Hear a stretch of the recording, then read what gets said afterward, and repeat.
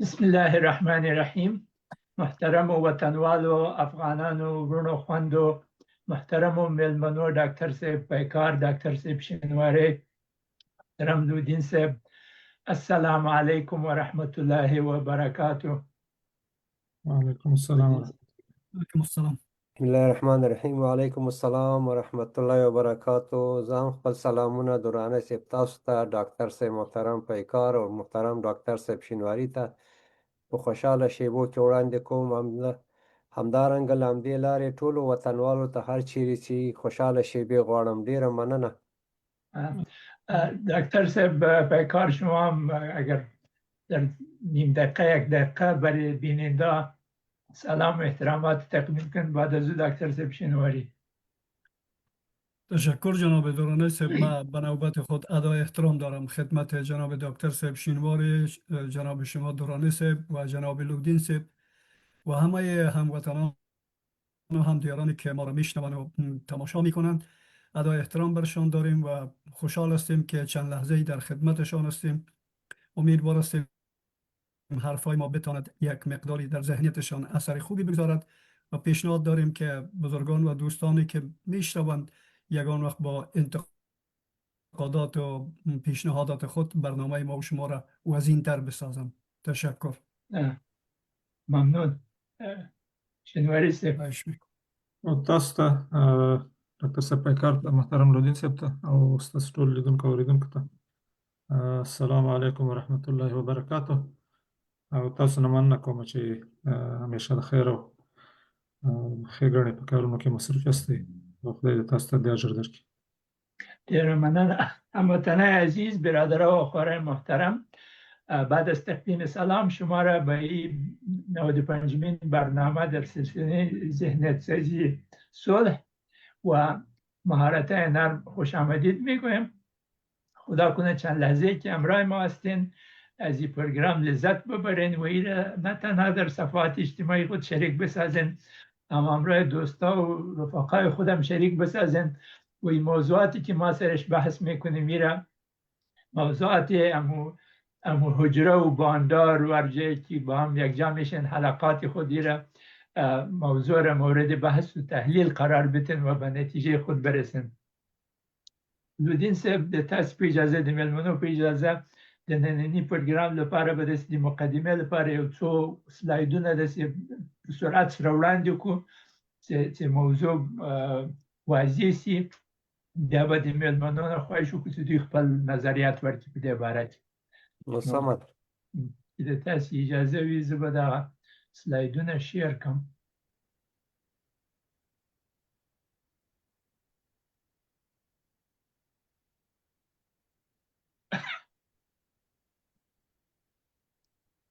لکه څنګه چې دوستان پیږي، موږ دغه سلسله دغه 15 پروګرام چې موږ جوړ کړي د سولې د ذهنیت جوړولو په باره کې دي او دغه د موږ یو اساسي سلاید ده. په دې سلاید کې موږ ښیو چې هم ټولنه او هم د ټولنې غړي د خپلې ودې په لاره کې له څو مرحلو نه تیریږي او لوی سفر لري.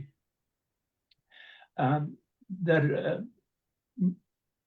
انسان که نو تولد میشه در یک ساحه محتاجی زندگی میکنه، با کمک دیگه ضرورت داره. بعد از او فیزیکی، از نقطه نظر فیزیکی او رشد میکنه، بیولوژیکی رشد میکنه، اما تا وقتی به مرحله خود کفایی میرسه باید از چند مانع دیگه هم گذر کنه. بعد از دوره خودکفایی به دوره فلاح و سلام رشد میکنه که وجود چند موانع وجود داره. سر این موانع ما پروگرام های زیاد جور کردیم، تقریبا 90 پروگرام ما سر این موانع بوده، ابعاد مختلفشان. ما در 3 پروگرام گذشته سر موضوع مسئولیت در هر ساحه گپ زدیم که یعنی در هر ساحه که انسان میباشه مسئولیت چه قسم یک رول داره در زندگی از اونا، در رشد از اونا و در تاثیرشان سر محیط. سر از این گپ زدیم و بعد از او ما از این سلاید شروع کردیم و این سلاید یک بعد مسئولیت نشان میده و ایست که انسان در یک محیط زندگی میکنه، اگر در یک واقعی صورت بگیره، یک حادثه صورت بگیره، ما در مقابل از او یک عکس العمل نشان میتیم او دیگه عکس العمل او یا عمل یا اقدام چې وکړو دیگه یو پایله او نتیجه مسئولیت د موږ په غاړه ده. ځکه خدای پاک انسان چې پیدا کړی، خلقت یې ورکړی ده، څلور استعدادونه او نعمتونه یې هم ورکړي چې تنه انسان یې په دغه کره کې لري. هغه یو عقل او ځانپوهنه ده، یو تصور او خلاقیت ده، یو آزاد اراده او وجدان. او انسان دنیا ته د خلیفه په قسم را لګلی، نو د دې لپاره چې هغه خپله وظیفه ښه اجرا کړي، د دغو څلورو استعدادونه باید دوی ګټه واخلي. او د دغو څلورو استعدادونه چې ګټه واخلي، د هرې حادثې په مقابل کې د دوی عمل هم تر تاثیر لاندې راځي او بالاخره هغه د پایلې د نتیجې مسؤلیت هم دوی ته په غاړه ورځي. دا بل سلاید و چې موږ وړاندې که دغه موضوع مې یاده کړه. بیا موږ ځینې نور ابعاد هم یاد کړل او هغه دغه سلاید ده چې په دې کې تشریح کېږي چې مسؤلیت له دغه نقطې نظر نه وګوري چې موږ خپله ټولنه کې په خپل محیط کې سبب یو که نتیجه یو، موږ اثرګذار یو که اثرپذیر یو. دغه دریم چوکاټ ته که وګورو، دغه تور چوکاټ موږ داسې فکر کوو چې د محتاجي په ساحه کې انسان په دغه حالت کې موجود وي چې ډېر کم اثرګذار وي او ډېر زیات اثرپذیر وي. بیا چې وده وکړي خودکفایي ته، د دوی قدرت د اثرګذاري زیات سي او اثرپذیري کمیږي. بیا دغه شین چوکاټ چې د دوی فلاح او سلام دورې ته ورسیږي، نو د دوی هغه فیصدي د اثرګذاري لاپسې زیاته سي او اثرپذیري یې کمه سي. بل بعد موږ چې د مسؤلیت په باره کې خبرې پرې وکړلې، هغه دغه یو فورمول ده چې د پوهې او دانش له منځ، د مسؤلیت او د کنټرول له منځ داسې یو سلسله وجود لري چې که چېرته علم او دانش زیات سي، کنټرول هم زیاتېږي، مسؤلیت هم زیاتېږي. که چېرته مسؤلیت زیات سي، علم او دانش هم زیاتېږي او کنټرول هم زیاتېږي. کنټرول چاته ورکړی سي، ډېر زر علم او دانش هم زیاتېږي او مسؤلیت هم زیاتېږي. دا یو ډېر مهم فورمول ده چې په دې کې مختلف موضوعات سره اچولی سي او د هغه نه خپلې نتیجې واخلي. بل سلاید چې موږ وړاندې کړی و په تېرو پروګرامو کې، هغه دغه سلاید و چې موږ چې مسؤلیت پذیر سو او قبول کړو چې موږ مسؤلیت لرو، خپل ژوند، خپل چاپېریال، خپل بدن، کورنۍ او ټولنه کې د موږ فوکس باید په کوم ځای کې وي. ما گفتیم که ما به 3 درجه تاثیرگذار هستیم. یکی که بعضی چیزا را ما کنترل کنه میتونیم، بعضی چیزا را مدیریت کرده میتونیم و بعضی چیزا نفوذ داریم. به صورت عموم مردمی که ما در افغانستان برایشان در تماس بودیم یا حتی در اینجا 1% زیاد، فوکسشان از این 3 دایره بیخی بیرون است، مثل که این مثلث آبی را در اینجا میبینیم. اما اگر وقت امی فوکس بیاره در مساحه که کنترل داره، در اوجه فوکس کنه، امو ساحه کنترل زیاد میشه، توسعه پیدا میکنه، دایره مدیریت هم توسعه پیدا میکنه، نفوذ هم توسعه پیدا میکنه. دیگه از او خاطر ما در پروگرام سابقه ذکر کردیم که فوکس مسئولیت ما سر مو جای باشه که ما او را کنترل کنه میتونیم و وقتی او توسعه پیدا کنه دیگه خود به خود توسعه پیدا میکنه. نو لودین صاحب اوس بهتر ته وسپارم دغه یو زر مقدمه و مطرح که موضوع د میلمنو سره هر رقم سی اوس به د دوی نظریات موږ غواړو چې دوی د مسؤلیت په باره کې نور ابعادو باندې بحث وکړي، خپل نظریات هم شریک. او ډیره مننه درانه صاحب، دغه مقدمه عمومي په هغه سطح چې موږ تاسو فکر کوو. اوس غواړو چې دا د هغه اول سلاید سره سم چې موږ او تاسو ټولنه یا افراد د ژوند په کومه مرحله کې دي هغه د مسؤلیت سره یا د وضعیت د مسؤلیت هلته څنګه ده یعنې که چیرې موږ غواړو چې معلوم کړو چې یوه ټولنه چې د محتاجۍ په مرحله کې یا یو شخص په فردي توګه د محتاجۍ په مرحله کې دا کله کله داسې کیدی شي چې هغه د سن په لحاظ چې موږ په طبیعي ډول باندې یادونه وکړه هسې نه وي کله کله د لوړ سن یا عمر خاوندان هم د مرحلې د محتاجۍ په مرحله کې ژوند کوي یا یوه ټولنه په دوامداره توګه د محتاجۍ په مرحله کې یا د یو حرکت په مرحله کې چې تر څو د خودکفایي په لور لاړه شي یا د خودکفایي په هر صورت موږ اوس غواړو چې دا پوښتنه مطرح کړو چې د وضعیت مسؤلیت په دغه ټولو مرحلو کې کوم شکل لري کیدای شي چې پوښتنه له دکتر صاحب پیکار نه پیل کو شما دکتر صاحب محترم چه فکر میکنین که وضعیت مسئولیت در مراحل مختلف زندگی فردی و اجتماعی چی رول داره در سطح زندگی انسانها در یک جامعه یا در به شکل فردی و اجتماعی اگر دید خود نظر به می مقدمه که صحبت شد و یا بیرون از در مورد مسئولیت فردی و اجتماعی اگر با دوستا نظریات خود شریک بسازین. تشکر از شما جناب لودین صاحب. شما هم حرف شما و هم سلاید ها خیلی دقیق مسائل توضیح دادند و من فکر می کنم که آنگونه‌ای که همیشه در تعاریف می بینیم مسئولیت در مجموع یعنی مسئولیت انسانی و یا مسئولیت فردی در حقیقت یک اصل اساسی نهادینه و درونی انسان است. به خاطر که انسان به مثابه یک موجود که در میان همه موجودات این کائنات یگانه مؤلفه است که همیشه احساس می کند، تفکر و تدبر دارد و دقیقا یگانه موجودی است که می تواند در تعیین سرنوشت خود به شکل مستقل و آزادانه بر اساس اندیشه ها و تفکری که دارد و تعلیم و آموزشی که دارد احساس مسئولیت می کند. انسان وقتی که به مثابه یک فرد در اجتماع زندگی می کند بیرون از قوانین اجتماعی زندگی کرده نمی تواند، باید مطابقت داشته باشد با قوانین اجتماعی، ولی این قوانین اجتماعی هم در ذات خود محصول تفکر و اندیشه انسان هاست که از فرد آغاز می شود.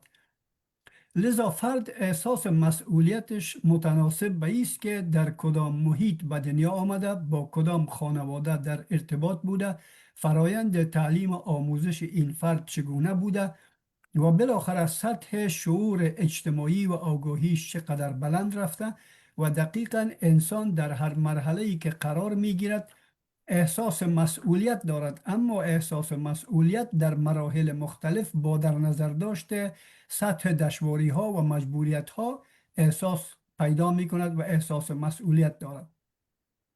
انسان در تمام موارد طوری که در سلاید ها توضیح شد، انسان هم اختیار دارد و هم مجبوریت دارد. یعنی انسان در حقیقت مختار مطلق و مجبور مطلق نیست. وقتی که ما در ارتباط جبر و اختیار صحبت می کنیم، انسان در بسا موارد اختیار دارد که می تواند او را کنترل کند، ولی در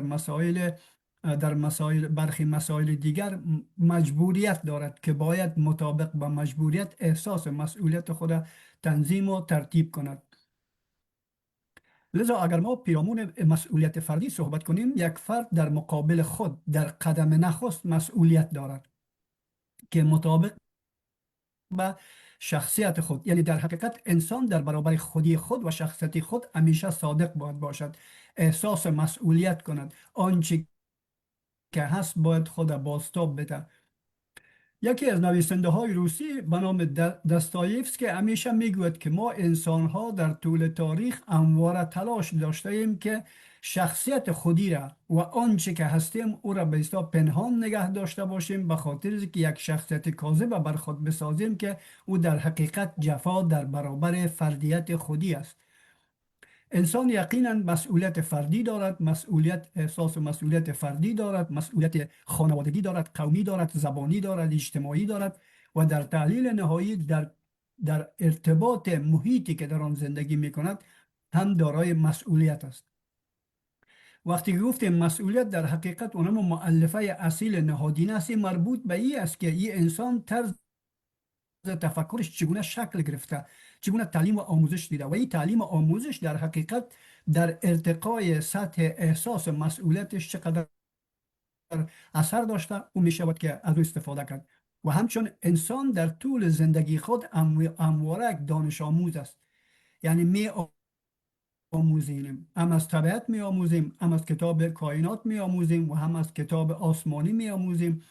به مو خاطر است که انسان بر اساس فرموده مؤلفه های دینی هم حتی در حقیقت متناسب به نمو وسعت فکری خود یا صلاحیت خود کار می کند. همون گونه‌ای که در قرآن عظیم و شان میگه هیچ انسانی بالاتر از وسعت نفس و فکر خود توظیف شده نمیتواند. یعنی در حقیقت ما ډاکټر صاحب ډیره مکلف مننه. نمی‌سازیم که بالاتر شو. ډیره مننه. موضوع ته به بیا راسو. اوس به ډاکټر صاحب شینواري ته موقع ورکړو چې د خپل نظر د موضوع کې که خپل بحث څلور یا 15 دقیقو ته هغه کو، بیا به په مختلفو موضوعاتو باندې وغږېدای سو. هغه مایک دی آف ده. لکه مخکې چې تاسو دراني صاحب او لودین صاحب هم تشریح کړه او محترم ډاکټر صاحب هم ډېر ښکلې تشریح ورکړه. فکر کوم انسان مسؤل دی او نظر دې ته چې دا یو آزاده اراده لري او په دې کې د ده فکر او دغه فکري سیستم هم رول لري او تربیه او محیط او کورنۍ هم رول لري. خو دا واضح ده چې دی هم د ځان په رابطه مسؤلیتونه لري او هم د ټولنې په رابطه او هم د خالق په رابطه. دا چې بیا څومره مسؤل دی طبیعي ده چې هغه د خپل وس په اندازه، لکه لیس للانسان الا ما سعی. اوس چې دا موږ چېرته ژوند کوو دا به لږ مشخص کړو چې اوس موږ غرب کې ژوند کوو. غربي تمدن حقوق محوره تمدن دی. انسانانو ته حقوق ورکوي، بیا وروسته د حقوقو مقابل کې قانوني مسؤلیتونه ورته متوجه کوي چې ته نو د ځان په رابطه، د ګاونډي په رابطه، د دولت په رابطه کوم مسؤلیتونه لري. په اوسنیو تمدنونو کې فکر کوم دا عملا یعنې کوم چې عملي کېږي او پیمایش کېږي دا د ټول نه پرمختللي خلک دي. خو ایډیال دا نه دی. ایډیال د دې نه اوچت دی چې هغه کې انسان یوازې د قانون د ویرې نه بلکې د یو برتر ذات الله جل جلاله سره د اړیکې د لارې نه، د هغه سره د محبت د لارې نه او بیرته د مسؤلیت د لارې نه اړیکې ولري. نو په دغه صورت کې بیا زموږ تیوریک کې یا مثلا د کتاب له مخې نه زموږ مسؤلیت نعمت محوره مسؤلیت دی. خدای موږ ته نعمتونه راکړي او د دې نعمتونو په بدل کې موږ ته مسؤلیتونه راکړي دي. نو په دې حساب په دې دواړو تمدنونو کې دا زموږ د سیکولر غربي ټولنو کې چې خلک اوسېږي د دوی مسؤلیت قانون محوره دی. نو امید هم دنیایي دی تیورۍ له نظره. البته انفرادي اشخاص خپل فکر او نظر لري لنډمهاله چې په دې دنیا کې ارامي، اسودایي، خوشبختۍ نورو ته هم خیر ورسي، ځان ته هم ورسي. ولې په یو معنوي حالت کې که دغسې ټولنې قوانین مخه تطبیق کړي او اقتصادي او اجتماعي او ټکنالوژیکي پرمختګ هم وکړي او یو لوړ ذات سره اړیکه مې بیا د ده امید او هیله چې دا اوږدمهاله ده، یعنې نه ختمېدونکې ده، د یو دایمي ژوند، د یو دایمي عدالت تمه ورسره ده. نو اول دا باید مشخص شي چې څوک په کومه مستوا کې مسؤلیت احساسوي. د یو دایمي او نه ختمېدونکي ژوند د هیلې په مستوا او د یو برتر ذات سره د اړیکې او د هغه د هدایت او د تطبیق په حدودو کې، او که د یو ملک د قانوني اوسېدونکي او مسؤل سټیزن په رڼا کې چې دواړه خپل دغه لري که نه دلایل لري. نو زما په نظر په هر صورت په دې دواړو کې بیا د فرد مسؤلیتونه اول د ځان په رابطه دي، بیا د ټولنې په رابطه، ځکه چې ځان ونه پېژني الله هم نشي پېژندلی. نو د ځان په رابطه ټول نه مهمه دا ده چې اول خپل ځان وپېژني او خپلې وړتیاوې وپېژني او د دې لپاره چې دغه ښې وپېژني بیا ترې ښه استفاده وکړي. نو باید خپل اول فکر جوړ کړي. دویم صحت ته توجه وکړي، ځکه چې په روغ بدن کې بیا روغ عقل هم وي. او د دې دواړو د ساتلو لپاره چې ستا ذهن او صحت دواړه ښه بیا زده کړه پکار ده، ځکه چې ته پوه نه شې په اصولو په لارو، نو بنیادي شی بیا زده کړه ده. او یوازې زده کړه او معلومات کافي نه دي، بیا دې سره مهارت او قابلیت دی چې د ژوند په اساسي قابلیتونو باندې ته ځان پوه کړې، په سمبال کړې او هغه کې ماهر شې. او د دغه ټولو په رڼا کې ستا فکر او باور او عقیده هم پیاوړې کېږي یا باید پیاوړې کړي، دا هم ستا مسؤلیت دی. بل مسؤلیت د انسان عبادت دی. عبادت د خدای سره اړیکه او د هغه په لور د خپل ذهن او زړه دروازې خلاصول او په یو مستقیمه لار دوامدار مزل دی. دا هم مسؤلیت دی د انسان چې عملي کړي. نورې فرعي مسلې هم دي مسؤلیتونه، مثلا د وخت نه ښه استفاده کول، دا وخت هم یو هغه دی، امانت دی. د نور امانتونو نه صحیح استفاده کول، کار او کسب کول، اقتصاد ته توجه کول، کورنۍ ته توجه کول. او ډېر مهم دا چې خپل انساني کرامت او عزت ساتل او د نورو انساني کرامت او عزت ساتل، احترام ورته کول او منل. نو که دغسې انسان خپل مسؤلیتونه ادا کړي، هغه باید ښه ټولنیز مسؤلیتونه هم ادا کولی شي، چې په ټولنیزو مسؤلیتونو کې بیا هم د کور نه شروع کېږي. د اول رابطه د انسان د والدینو سره وي. نو والدینو سره رابطه باید د احسان علیترین نه ښېګڼه ده، چې یعنې سوپرلیټیف دی که نه، تر ټولو چاته ښېګڼه والدینو سره ده. د هغه نه وروسته د ورونو خویندو سره مینه او همکاري ده. بیا سړی چې واده وکړي، بیا د مېرمنې سره معادت او مینه او محبت او اعتماد، او بیا اولادونه پیدا کړي، اولادونو سره شفقت او مسؤلیت یې د روزنې. خپلو خپلوانو سره هم د صلې رحمي او مرسته او تعاون او د خیر توصیه. همدا ډول ګاونډیانو سره ښې اړیکې، دا مسؤلیت دی. د ټولنې د غټې کتلې په کچه بیا د انسان ټولنیز مسؤلیتونه دي چې قانون ومني، ټولنیز نظم ومني، ټولنیز نورمونه هم په داسې افراطي شکل که منفي هم وي ټکر ورسره ونه کړي، اصلاح کړي. او ټولنیز تعامل هم د خیر او د مصلحت او تعاون په بنسټ وي. همدارنګه په غټه کچه بیا د عدالت لپاره کوشش وکړي، دا مسؤلیت دی. د حق لپاره کوشش وکړي، د ټولنې د روښانتیا لپاره، د علم او پوهنې د خپرولو لپاره، او د ټولنې نه چې ملک پسې غټ شي، چې یعنې جهاني ټولنه شي، بیا د چاپېریال ساتنې مسله ده. همداسې د وطن او د ملت حقوق او د بشریت حقوق، د دې منځ کې توازن دی. او د خپل کلي، کور، وطن او په مجموع کې د بشریت د سولې لپاره مسؤلیت احساس کول دي. نو چې دا ټول راټول شي، نتیجه دا جوړېږي چې انسان باید ځان مسؤل وګڼي، ځکه قرآن شریف ورته ویل چې ستا سترګې، غوږونه او زړه ټول مسؤل دي. او دا مسؤلیت دی، یو حساب کتاب لري چې ستا د مسؤلیت د ښه ادا کولو په صورت کې ته هم د دنیایي سکون او اطمینان او ښه ژوند مستحق کېږي، او هم د یو لا یتناهي بل ژوند، او هلته د ټول نه ستر ذات د رضا او خوشحالۍ. نو فکر کوم که په دې مستوه کې انسان خپل مسؤلیتونو ته متوجه شي، ځان ته او ټولنې ته خیر رسېږي. ډېره مننه ډاکټر صاحب. لودین صاحب، ته د کوربه په قسم دومره وخت نه لرې لکه مېلمانې چې لري، که دوی 4 یا 5 دقیقې غږېږي، یوه نیمه دقیقه به ته کولی شې د مسؤلیت په باره کې د دوی په خبرو باندې کومه تبصره لرې؟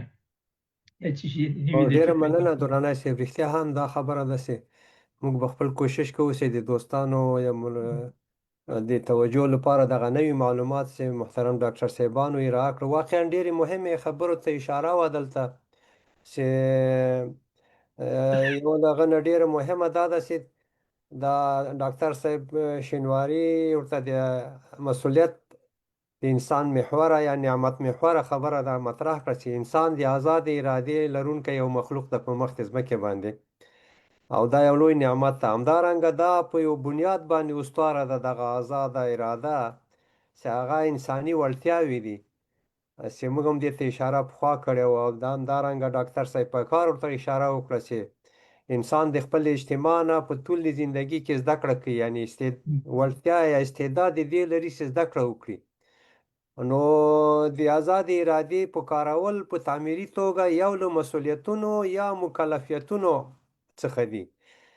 له دې کبله انسان دا مسؤلیت لري چې هغه وړتیاوې چې خدای تعالی ورته ورکړي دي، د هغو په ودې کې د ښوونې او روزنې، همدارنګه د مهارتونو په ترلاسه کولو سره وکولی شي چې په فکري توګه یا ذهني توګه باندې وده وکړي، تر څو دی په د خپل ځان د خپلې ټولنې په اړه باندې په رغنده توګه باندې خپلې وړتیاوې په کار ویسي. دا یې مسئولیت.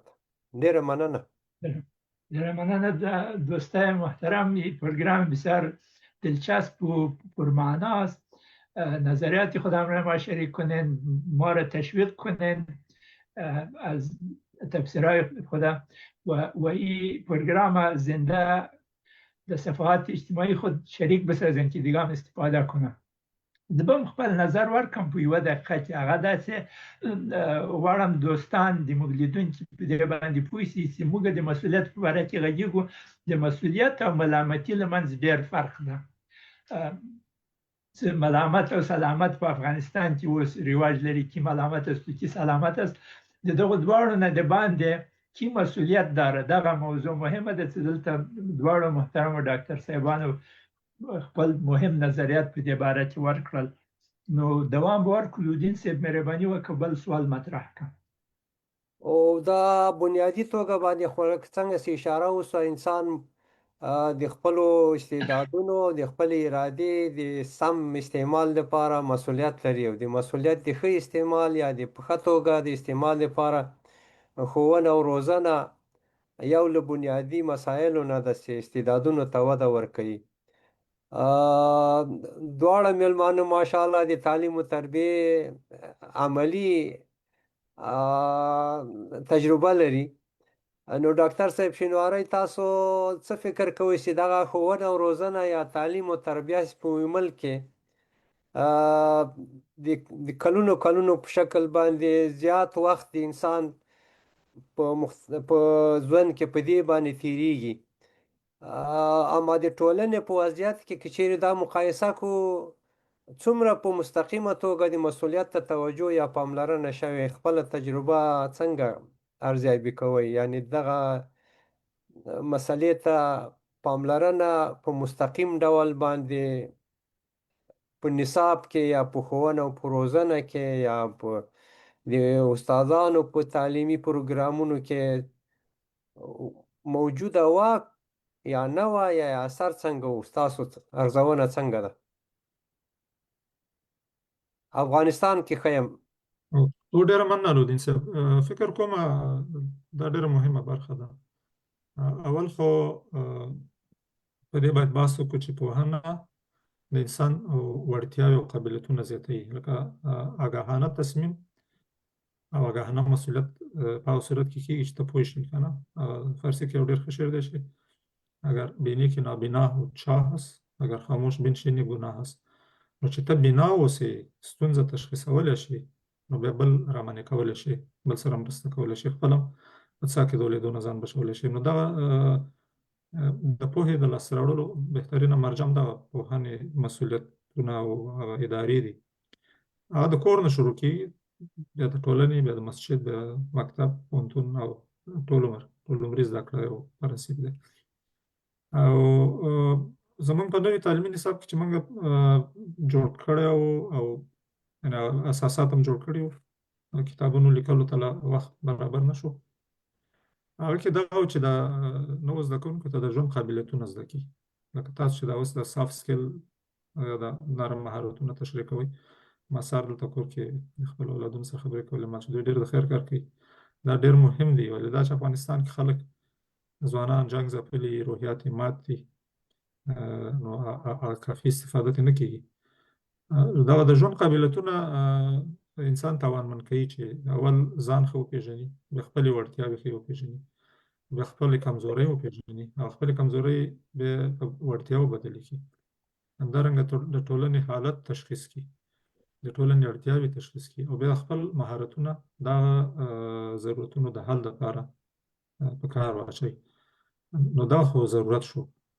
او دا چې عملاً څومره ده په پوهنې سیستم کې دا مسایل څومره عملي کېږي، متاسفانه هغسې ایډیال حالت نه دی. افغانستان خو 45 یا 50 کاله جنګونه ځپلی.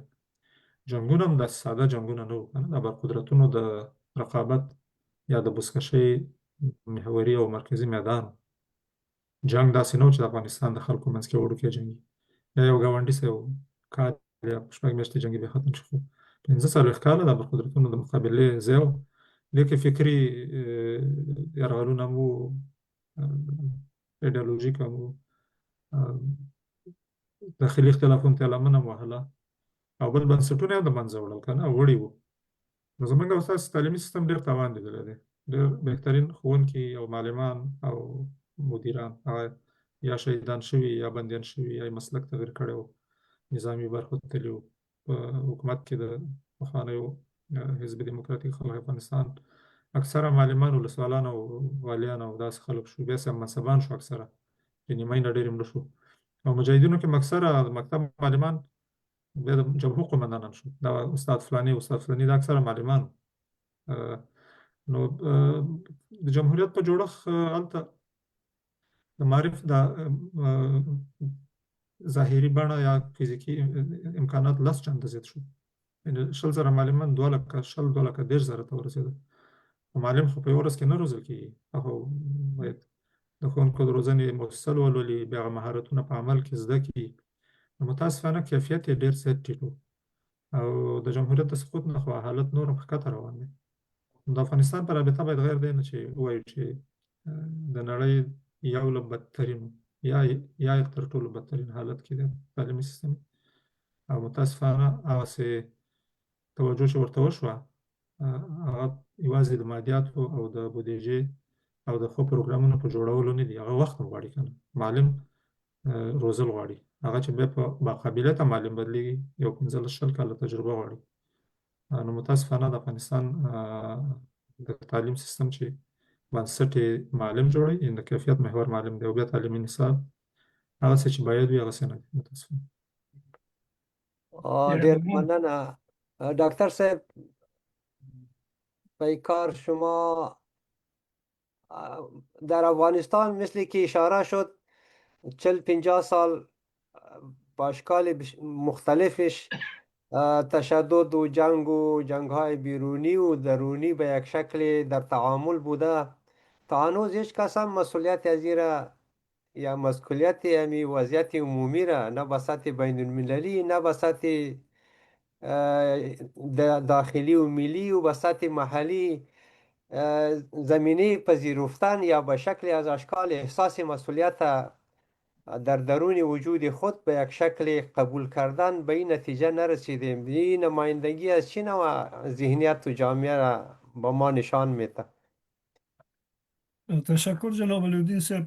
توضیحاتی که جناب دکتر صاحب شینواری دادن در ارتباط تعلیم و آموزش و فرایند تعلیم و آموزش و نصاب آموزشی و غیره، یه همگش بازتاب دهنده از است که ما در کدام جامعه زندگی میکنیم و فرایند تعلیم و آموزش در اونجا آیا انسان محور است و یا است که ما در حقیقت به گونه موقتی از اینجا و آنجا یک چیز را میگیریم در راستای تربیه انسان و طوری که جناب شینواری صاحب اظهار کردند در تربیه معلم. ببینید در حقیقت همه حوادثی که در داخل کشور ما صورت گرفت یقینا که ما اکثرا ما افغان ها اشاره میکنیم به طرف کشورهای همسایه و منطقه و جامعه جهانی که گویای دشواری ها ناشی از مداخله آنهاست. من فکر میکنم اگر ما در هر سطحی در هر سازمانی و در هر حزبی و جنبشی که بودیم، اگر ما احساس مسئولیت در برابر خود و خانواده و محیط و وطن خود می کردیم، یقینا که ما باید بر اساس بینشی که شما پیشتر گفتین که کی ملامت است و کی سلامت است، حداقل ملامتی و سلامتی هم در داخل کشور ما بر اساس یک تفکر عمیق نیست که ما به مثابه یک فرد بگویم که در همه پروسه دشواری کنونی که در داخل کشور است نقش منفی ما چقدر است. ما باید خود نقد کنم در جایی که خرابی کردم، در جایی که اشتباهات انجام دادن باید خود نقد کنیم و خود ملامت بسازیم. این در حقیقت یکی از مؤلفه های اساسی احساس مسئولیت فردی، خانوادگی و میهنی و وطن است. در داخل افغانستان ببینن از زمانی که دوره حاکمیت مرحوم داود خان و تا به امروز که ما و شما زندگی میکنیم، هر کدام ما که هر گونه شعاری در راستای آبادی و ساختار وطن و میهن دادیم، بسیاری ماها مطابق بنمو اخلاق اصولی انسان محوری که باید احساس مسئولیت انسانی به حیث بهترین آفرینش یا اشرف مخلوقات داشته باشیم متاسفانه صورت نگرفته. در فرایند تعلیم و آموزش کشور ما در حقیقت یا کاملا غربگرا میشیم یا کاملا کشورگرا میشیم، یا است که ابرقدرت هایی که در داخل افغانستان مداخله داشته میریم و آن رفتار ما به سوی آنها بر اساس یک تحلیل دقیق و عمیق علمی و منطقی و فلسفی کمتر صورت میگیرد، بلکه بیشتر احساسات در آن دخیل است. و در شرایط فعلی ببینید زمانی که همین مسئله خود ملامت و سلامت بسیار امروز در میدیا برآمد میکنند، در نقدشان و در بیسا حرفایشان نه تنهایی که باعث ساختن ذهنیت مجدد انسانی میشن، بلکه دیگه هم ساختار ذهنیت نیمه ای که در راستای خوبی باشد و را هم تخریب میکنن. یعنی ما تا در مقابل زبان خود احساس مسئولیت نداریم، در مقابل اندیشه و تفکر خود که بر دیگران انتقال میدیم احساس مسئولیت نداریم. ما فقط کوشش میکنیم که خود تبارز بدیم، ولی آنچه که جانب مقابل است چقدر ما ذهنیت خراب میکنیم، چقدر و فکرشان نارسا میسیم، چقدر ما فاصله ایجاد میکنیم، متاسفانه در برابر از مسائل ما احساس مسئولیت نمیکنیم. و مسئله تعلیم آموزش، ما در افغانستان چند سبایی که درس خواندیم و درس دادیم در پانتون کابل و در سایر مسائل در سایر نهادها، همیشه ما در حقیقت کوشش کردیم که یک مسئله را باید یک دانش آموز و یک شاگرد حفظ کنه، به یاد داشته باشد، ولی هیچ وقت تشویقش نکردیم که عموم یک عباره ای را که حفظ میکند چقدر از او درک دارد، چقدر عمیق سرش فکر میکند، چه اندازه میکند که او را در زندگی اجتماعی تطبیق کند.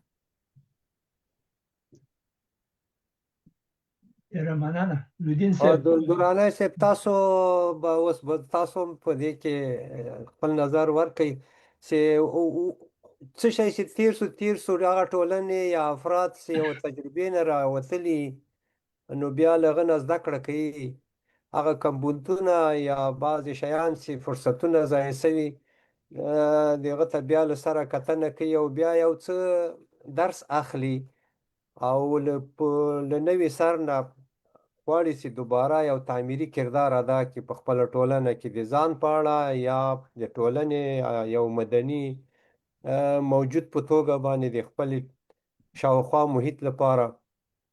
اوس هم ناوخته نه ده که چیرې افغانان وکولی شي چې د خپل وطن او د خپل ولس او د خپل منځي اړیکو په اړه باندې دوباره یو تعمیري نظر ته ورسیږي. څه شی پکار دی؟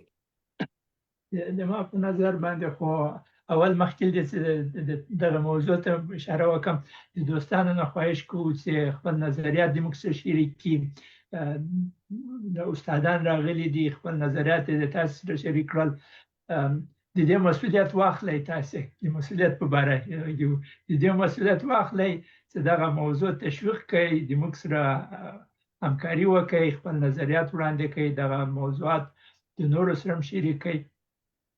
او بعد له هغه نه زه دې ته راځم چې په افغانستان کې داسې یو محیط راغلی و دغه 15 کاله 80 کاله یا که ووایو هغه د دیموکراسي له لسیزې نه راوروسته داسې یو حالت راغلی و چې افغانان د ملي او د ټولنې او د وطن لپاره مسؤلیت وانخیسته.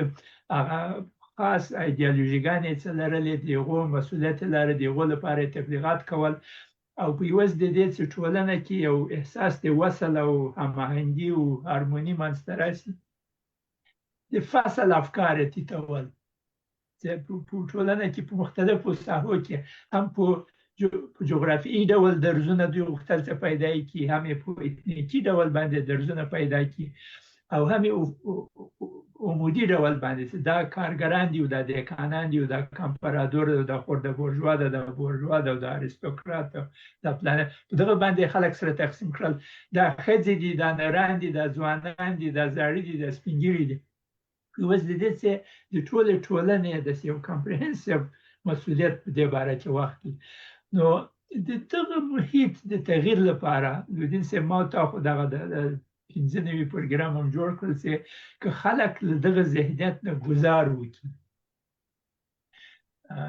زه نور نظر نه لرم، زه غواړم د محترم استادانو نظر په دې باره کې وکړو چې چی شي پکار دي په ټولنه کې او د دې لپاره چې دغه یو ذهنیت د مسؤلیت پذیری پیدا شي، په عوض د دې چې مسؤلیت په په پاکستان او په ایران او په امریکا او په امپریالیزم او په کمونیزم او په سوشیالیزم او نه پیغام په مختلف ازم او په اخوانیزم او په دغه ټولو باندې ورواچو کېدای شي چې موږ ځان ته متوجه شو چې د دغه محتاجي حالت د افغانستان ټولنه اوس د محتاجي په ساحه کې ده د دې نه د وتو لپاره موږ څه مسؤلیت لرو او دغه یو ذهن څه رقم سره پیدا شي ما غواړم چې دغه پاتې یو 15-20 دقیقې چې پاتې دي د دوستانو د استادانو نظر وګورو چې دوی څه فکر کوي د دوی په نظر باندې په څه رقم سره دغه ذهنیت پیدا کیږي او دغه ذهنیت په جوړولو کې زموږ مسؤلیت څه شي ده. نو زه به د ډاکټر صاحب پیکار نه خواهش وکړم چې دې شروع کړي یو 4-5 دقیقې په دې کې وغږیږي بیا به د شینواري صاحب بیا به لودین صاحب تا طرف جناب دوران صاحب شما به خیلی توضیح درست دادین. ببینید فرموده شما دقیق است که مثلا ما در حقیقت در مراحل مختلف ما یگان وقت شوخیگونه میگویم که متاسفانه ما افغان ها در طول تاریخ اگر انگلیس ها آمدن ما مطابق ذهنیت آنها فکر کردیم، اگر روس ها آمدن مطابق ذهنیت روس ها و اگر امریکایی ها آمدن ما مطابق ذهنیت امریکایی ها فکر کردیم، در صورتی که ما با مسابقه مردمان کشور خود و محیط خود بر اساس فرهنگ سنتی تاریخی یک بار هم دقت نکردیم که این ایدئولوژی های چپ و راستی که از بیرون به داخل افغانستان میاد چقدر مطابق با سنن و عنعنات مردم ما مطابقت دارد. ما در حقیقت بدون تحلیل و تجزیه و مطابقتش با محیط از آن میخواستیم کار بگیریم. یعنی هر آن چیزی که وارداتی است همیشه بر اساس آنمو ذهنیت کشوری که وارد ساخته میشد، اون با محیط ما مطابقت ندارد. حالا میم بر سر ازی که ما در حقیقت طوری که پیشتر دکتر صاحب شینواری گفتن همین فرآیند تعلیم آموزش که فکر میکنیم، ما فکر کردیم که در موجودیت 20 ساله امریکا در داخل افغانستان شاید تعلیم آموزش ما بیشتر شود، بهتر شود، روشنفکر و نخبه و آدم دانشمند و اندیشمند ما خوبتر شود تا بتانیم کشور از دشواری ها نجات بدیم. متاسفانه بدتر شد و بدتر شد است که حالی که اخلاق میدیایی و ایگپارا که میبینیم در حقیقت ما بر روشنفکر ما تحصیل کرده و نخبه ما که ادعای خدمتگزاری به وطن میکند متاسفانه همگیشان بر اساس یک دوگماتیزم یا قومی یا زبانی یا تباری و یا مذهبی حرکت میکنند. یعنی در حقیقت سطح احساس مسئولیت همه بیشتر مردم تحصیل کرده و روشنفکر در برابر میهن مادر وطن خیلی پایین آمده. چگونه میتونیم از این گذار کنیم؟ خدمت شما عرض کنم که اگر واقعا ما فکر کنیم که خب در کشور ما همه مسائل بر اساس حقوق شهروندی میتواند که به پیش برود. ما همه انسان هستیم، در یک کشور در یک جغرافیای معین زندگی میکنیم، همه ای ما به اصطلاح زبان داریم، تاریخ داریم، فرهنگ داریم و کوشش باید بکنیم که در همدیگر فهمی یک نقشی داشته باشیم که ما هم میتونیم با مانند دیگران نقش ترقی و پیشرفت داشته. ما خیلی خوب تقلید میکنیم، ما خیلی خوب کاپی میکنیم از دیگران، ولی اما کاپی را مطابق به اصل داخل کشور خود تطبیق کرده نمیتونیم. فلحاظا اما در میدیا شما ببینین همه روشن فکران ما و تحصیل کرده ها و به حساب مسلمان های ما وقتی که صحبت میکنن خیلی کم انسانی را پیدا میکنن که به خاطر وصل کردن مردم افغانستان تلاش کنن. به خاطر اینکه ما دشواری های گذشته خود دوباره تکرار نکنیم، یه مربوط به است که سطح تعلیم آموزش ما ممکن ما دکترا داشته باشیم، ممکن ماستری داشته باشیم، ممکن لیسانس، ولی سطح فهم ما متاسفانه یگان وقت از یک دهقان آگاه بسیار پایین تر است. لذا این میتواند که دشواری ها را به وجود بیارد. ما تا زمانی که تعهد به خود، به خانواده، به محیط و به وطن نداشته باشیم، من یقین دارم که جناب شینواری صاحب مرا تصحیح کنند که دکتر صاحبان میگویند که انسان زمان بیمار می شود که نیروی داخلیش در حقیقت ضعیف شود و از مدافعت در برابر ویروس های بیرونی مقاومت کرده نتواند. ما وقتی که به مسابقه یک ملت و مردم در داخل افغانستان ضعیف حرکت کنیم و ضعیف کار کنیم، ویروس های بیرونی چه از کشورهای همسایه باشد چه منطقه و جامعه جهانی در بدن ما نفوذ میکنن، رسوخ میکنن و ما را بیمار میسازن. تشکر از شما. ډېره مننه ډاکټر صاحب شینواري. هغه مایک دی. ډاکټر صاحب ډېر ښکلې خبرې وکړې. زه د هغه په دوام فکر کوم ښه خبره ده چې افغانان د خپلو ستونزو یو بررسي دقیقه وکړي. دا خپله د حل لار ده. کله کله داسې چې یعنې مجموع کې خو د بحرانونو کې د داخل فکتور ډېر مهم دی. هغه هسې پذیره نه وي، خارجي ډېر قوي عامل نه وي، او دویم درجه خارجي دی. لکه ډاکټر صاحب چې ویل د انسان وجود مقاومت کجږي، ویروسونه او میکروبونه دفع کوي، او خارجي توطیه هم داسې دي که ملت قوي ښه سیستم ولري، نظام، اردو، استخبارات، د خارجي توطیې دفع کولی شي. دې کې به صرف فرق دی چې دلته د بدن مقاومت او د خارجي میکروب یا د خارجي مداخلې شدت دا هم فرق لري که نه. مخکې ځینې حوادث داسې دي لکه چې طبیعي آفات غوندې دي، لکه زلزله او تندر او طوفان او سیلاب. رحمان بابا یو ډېر ښه شعر ویلی وی چې هر چې په سیلاب وي د هغه عمر به تل خانه خراب وي. نو دا ما لیدلي دي ځینې خلکو پټي د سیند په غاړه یا د سیلاب په مخ کې ډېر سخت خواري کوي، ډېرې ښې بارې ورته کوي، مګر چې سیلاب پرې راشي بیا وړي. افغانستان متاسفانه یوازې دا د خلکو ملامتي به هم نه وي. افغانستان خلک مدبر او هوښیار خلک دي، انقلابونو کې خرابي مشکلاتو ته راځي، بیا بېرته لار پیدا کوي. ولې دا جغرافیه داسې ده چې لوی سیلاب پرې راځي. طرفانه کې سړی وڅېړي نو ګناه پکې نه وه. او استعمار وایي زه ټوله دنیا، نو هغه طبیعت ته څه ویلی شي چې زه ډېر ښه سړی ما باندې مه راځه. نو دغه یو علتونه دقیق وڅېړل شي او د حل لارې ورته پیدا شي. خو هلته به خدای ته پناه وړو. دویم ډېر تمرکز راځي په دې چې راتلونکی مسؤلیت دا دی چې اول همدغه عوامل ټول وڅېړل شي، بیا د درملنې دپاره یا د حل لارې دپاره فارمول جوړ شي په توافق سره، او وروسته چې دا د روشنفکرانو باسوادانو منځ کې په دې توافق وشي او دا طرحې د حل لارې پخې شي، دا به بیا سیاسي خلکو سره هم شریکې شي، هغوی توافق هم پرې واخیستل شي. یعنې یو قوي دوامدار اډوکسي او آګاهي دهي او ذهنیت جوړولو یو پروسه طی شي. او دا که خدای مهربان شي افغانان بیا په یو هغه راټول شي ټغر، او بیا د دې وړ شي چې په شریکه یو اساسي قانون جوړ کړي، یو مشترک داسې حکومت چې ټولو ته پکې حقوق وي، د ټولو ته تقسیم کړي سهم وي. نو دغه د حل لارې د اساسي قانون برخه کې، او دغه اساسي قانون د وثیقې په توګه بیا هر یو کوشش وکړي چې دا تطبیق کړي.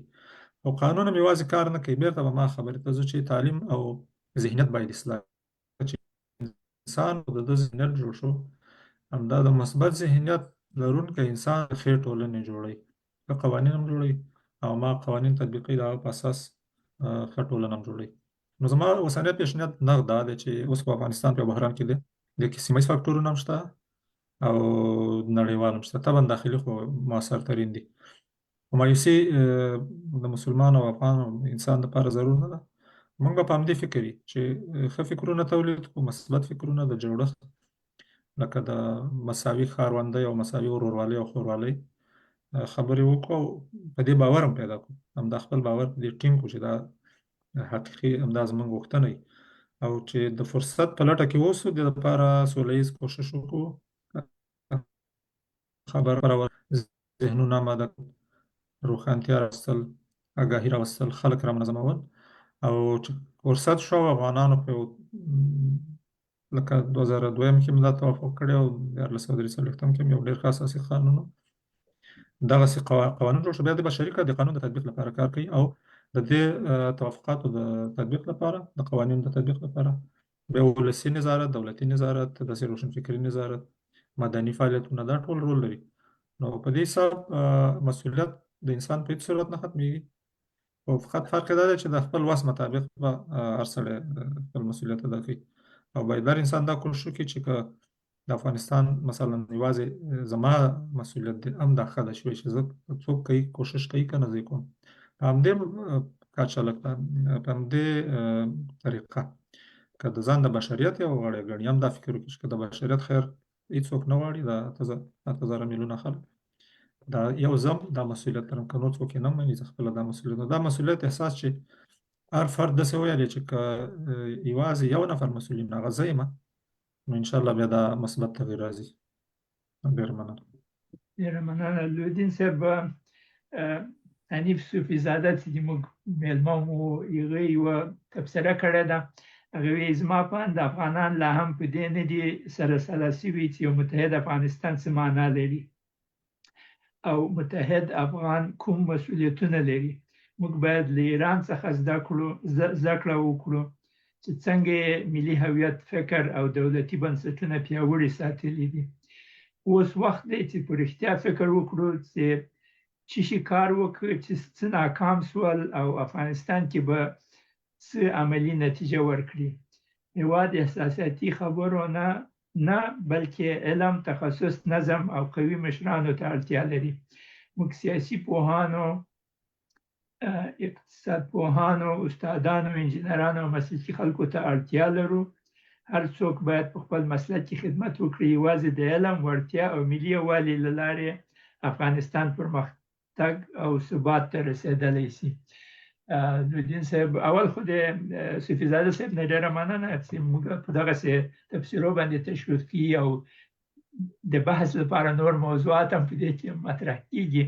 نو لودین صاحب که یو 2 دقیقو کې ته هم په دغو شیانو باندې څه خبره وکړې، دغه ذهنیت څنګه منځته راځي، دغه مسلکي وړتیاوې د هېواد، پیاوړتیاوې د هېواد څه رقم سره تقویه سي او په دغه لاره کې مسؤلیت اخیستل څه معنا لري. که 2 دقیقې ته وغږېږې بیا به آخر خبرې میلمنو ته ورکړو، بیا به پروګرام خلاص کړو.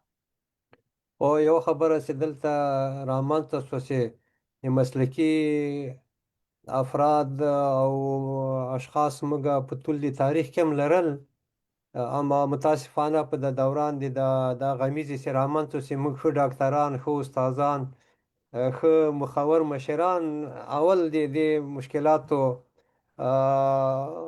مخکې قرباني سول.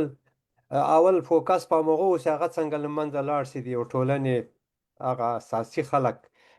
نو دا ټولنه تر اوسه پورې په مشکلاتو کې په داسې شکل کې غرقه ده چې د موږ هغه مسلکي خلک هم خپل هویت او خپل مسلک په ښه توګه نشي، یعنې هغه امانت په ښه توګه نشي ترسره کوی. یوه خبره دا ده چې موږ مشترکات له لاسه ورکړل، هغه مشترکات چې دا ټولنه یې تر اوسه په طبیعي شکل باندې ساتلی ده، یعنې هر څومره خوارۍ چې وسوې چې دا سره ټوټه کې ویش کوي سره، هغه لا تر اوسه پاتې ده. الحمدلله افغانستان تر اوسه موجود ده او خلک عام خلک چې د روشن فکره په اصطلاح په یو شکل ترې جدا سوي، هغه عام خلک مخکې ورته پیکار صاحب اشاره وکړله چې عام ولسونه یو عملی فهم لري او د بل سره اوسېدی چې ښه زندگی کوي، خپله مفاهمه لري او د دې وطن ګټو ته متعهد دي. نو مهمه خبره دا ده چې موږ لوی مشترکات وپېژنو، ملي ګټې د خوندیتوب لپاره مسؤلیت واخلو او د مشارکت ته توسعه ورکړو، د مثبتو فکرونو په رامنځته کولو سره چې دې ته ډاکټر صاحب شینواري اشاره وکړه. هغه مثبت فکرونه چې موږ سره نږدې کړي، خپل مشترکاتو سره وصل کړي او د دې وطن د لویو مصالحو او دنیا سره د زندگی کولو یو چلنج چې اوس مخامخ یو، څنګه وکولای شو چې نړیوالو سره زندگی وکړای شو. او هغه خلک چې د باندې وتلي اکثره څو وایي ځوانان دي، د استعدادونو چښتن خلک دي، هغه په جنجالونو باندې اخته زندگی لري، له دغه نه څنګه خلاص شي. دغه زما ډېره مننه. د اخر څلور دقیقې به دواړو میلمنو ته ورکړو. ډاکټر صاحب پیکار، تاسې شروع کړئ. اخرنی پیغام د موږ لیدونکو ته د دې لپاره چې لیدونکي مسؤلیت پذیر سي او اثرګذار سي په خپله ټولنه کې. څه نظر لرئ؟ بعد له هغه نه به بیا ډاکټر صاحب بیا به پروګرام څخه خلاص کړو. دیر مننه جناب درانه صاحب. من یک اشاره میکنم به حرف جناب دکتر صاحب شینواری که پیشتر فرمودن. ما به خاطر اینکه بتوانیم کشور از دشواری ها رها کنیم، ما به یک آسیب شناسی بسیار دقیق آنتروپولوژی یا به حساب بشرشناسانه داریم که چرا چنین مشکلاتی داریم، علتش از کجاست، چگونه باید حل شود. جناب دکتر صاحبان تا زمانی که یک مریض خود به حساب آسیب شناسی نکنند و مشکلاتش پیدا نکنند برش دوا تجویز نمی کنند. فلحاظ این گپ بسیار خوب است و به ارتباط حرف جناب صوفی زاده صاحب یک اشاره می کنم که آنها دقیق فرمودند. ما می پیوندم به حرف گاندی که گاندی یک وقتی گفته بود ما یک زمانی فکر کردم که به خاطر رشد و انکشاف یک کشور ما به رئیس جمهور و نخست وزیر و دکتر و انجینر و مهندس و روانشناس و جامعه شناس نیاز داریم. بعدا گفت نه، ما اشتباه کردیم، ما به خاطر پیشرفت و ترقی یک ملک به ملت آگاه و تعلیم یافته نیاز داریم. تا زمانی که ما ملت به حساب آگاه نسازیم که در برابر تمام دشواری ها کار نکنند ما به جایی نمی رسیم. از جانب دیگر خدمت شما عرض کنم که ما فکر می کنم ما وقتی که یک حاکمیت نسبتا مسئول در برابر ملت و مردم داشته باشیم و دارای یک قانون اساسی مدون باشیم و مطابق به قانون اساسی هر کس مکلفیت و واجبه خود درک کند و تعلیم و آموزش بدیم، یقینا که کشور پیش میرد و مردم ما. حالا هم متاسفانه فکرها بسیار پراگنده هستند، اما ما به این باور هستم که یک تعداد مردمانی که در راستای تخریب ملت شدن مردم افغانستان تلاش دارند، اینها بر اساس منافع شخصی و استخبارات بیرونی کار میکنند. اینا با مردم افغانستان و تاریخ و فرهنگ خود احساس دقیق عمیق ندارند. هیچ قومی، هیچ زبانی، هیچ ملتی، هیچ نیروی در داخل افغانستان به تنهایی خود نمیتواند که کشور نجات بده. اما که میگه که تو وای چه زم و که زو وایم چه ته نه به ته نه به زیم. اگر ما به حساب بگیم که من هستم، نه، تا زمانی که ما نشویم ما این کشور را نجات داده نمیتونیم و این باید صادقانه صورت بگیرد. و تا زمانی که یک فرد هم در کشور مشکلات داشته باشد حاکمیت و مردم ناآرام هستند و امیدوار هستیم که ما به سوی امی حرکت کنیم. بسیار تشکر دکتر سپیکار. دکتر سپشنواری تاسو یو څلور دقیقې وخت لرئ. ډېره مننه. فکر کوم ما خپل خبرې لنډې کو، نو همدا ده چې انسان د کرامت خاوند او مسؤل پیدا شوی او باید خپل مسؤلیتونه وپېژني او ادا یې کړي. دویم مسله ده چې په یوه ورځ کې نه کېږي او نه یو نفر کولی شي چې هر څه وکړي، نو مایوسه کېږي نه. د خپلو وړتیاو او قابلیتونو مطابق او د خپلو امکاناتو مطابق دی هر انسان خپل رول ادا کړي. په دریم قدم کې د کوشش وکړي چې همدغسې ښو خلکو د حلقو سره یو شي، چې دا انفرادي هڅې په دسته جمعي او ډله ییزو هڅو بدلې شي چې تاثیرات یې ډېر شي. او څلورم مسله دا ده چې که دغسې ډلې لا نه پیدا شوي یا مثلا په چا اعتماد لا نه کړی، د فرد په توګه د ځان یوازینی مسؤل وګڼي، د خپل ځان، ټول کورنۍ، وطن او مقابل کې د خپل مسؤلیت نه هېروي. او اخرنۍ خبره مې دا ده چې د ټوله بده ګناه ده او یو ملامتوونکی هغه د تصور او ذهنیت دی. نو ذهنیت باید اول خپل مثبت وساتي او امید او هیله د لاسه ورنه کړي او په خدای توکل او د خدای رحمت هېڅکله هېر نه کړي او په همدې روحیه نور هم تشویق کړي او د خیر او فلاح او مصلحت او تعاون او سولې او دوستۍ ورورۍ په طرف هڅې وکړي او په دې باور اوسي چې د ده هېڅ هڅه او هېڅ نظر او نیت او اراده او فکر او ایمان او عمل دا نه ضایع کېږي او انشاءالله الله تعالی ورته ډېر زیات اجرونه ورکوي. السلام علیکم. ډېره مننه. یو محترم ورور رحمت شاه حسین خیل هم دلته پیغام را لېږلی. موفق اوسئ. سلامونه یې وړاندې کړي. له تفسیرونه تاسې ته یې وړاندې کوم. ډېره مننه د تاسې له ګډون نه دلته په دغه پروګرام کې. موضوعات هم مهم، د تاسې نظریات ډېر ګټور.